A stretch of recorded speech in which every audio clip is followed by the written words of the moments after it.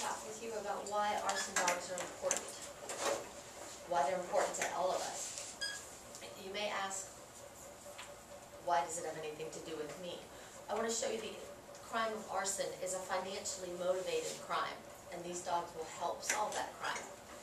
Arson is loosely defined as the burning of a house or property for or not for profit. According to Dennis J., the executive director of Coalition Against Insurance Fraud, the poorer the economy, the higher the rate of arson for profit crimes are committed. The arson dogs are a valuable tool. They help the investigator determine the cause and origin of the fire. They don't prove it's arson, but they assist the investigator to say, hey, this is what I've found, which will hopefully lead to an arrest and a conviction. So what is an arson dog? Plain and simple, they're dogs that have been trained to sniff over 60 different petroleum-based accelerants, one of which is gasoline. You may ask, how do you start? What do you do with an arson dog? Well, we have found that some of the arson dogs start as, obviously, puppies.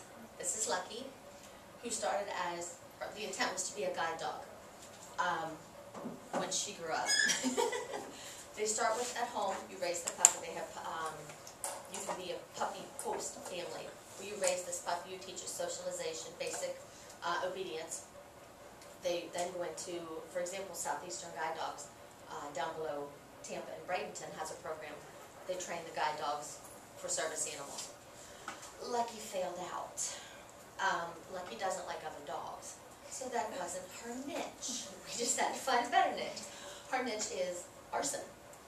She doesn't have to worry about other dogs. The attention is all on her. Yes, she's a girl. And she's great at what she does. So Lucky failed out, but that's okay. She still had the skills that were necessary to become an arson dog. They have a super high play drive for some of them. For the arson dogs, it's food. They don't eat unless they're working. Even on their downtime at home, she doesn't eat unless she's being trained. That's why there's the constant association. If they decide not to work, they don't eat. And it sounds horrible. I hated it when I was first introduced to that concept. But it works. These dogs are, that's how they're trained. That's what they understand. Why do we need them? Well, in 1993, State Farm Insurance recognized the importance of the arson dog and started a program. If this dog assists in the arrest and conviction and they say, yes, this is arson, the company doesn't have to pay, which makes them happy, which also makes the rest of our insurance rates go down. According to Kurt Lathrop, who is the fire marshal for Manatee County, and my husband, he used the example of a Del Monte storage facility in Port Manatee, Florida.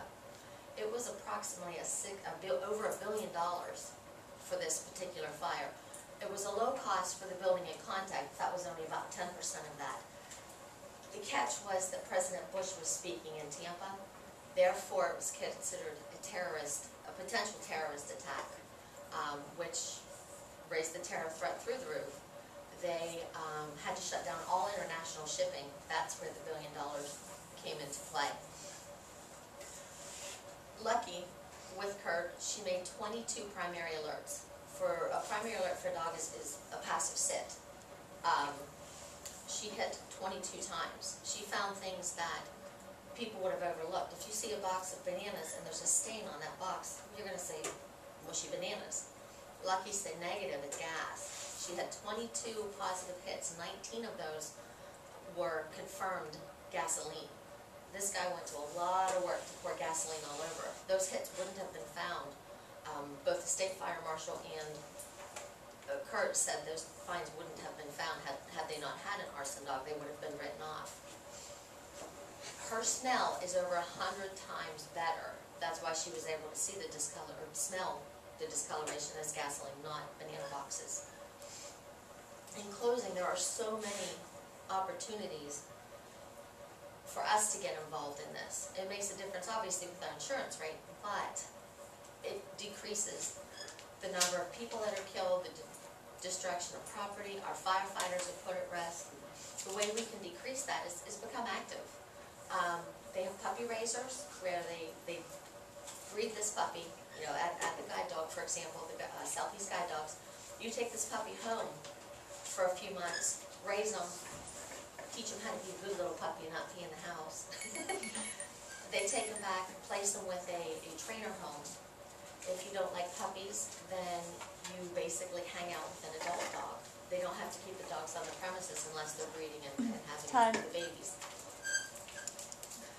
So, if you have any questions about getting concerned, you can contact Southeast Guide Dogs or arsondog.com. They both have information, or myself. Any questions?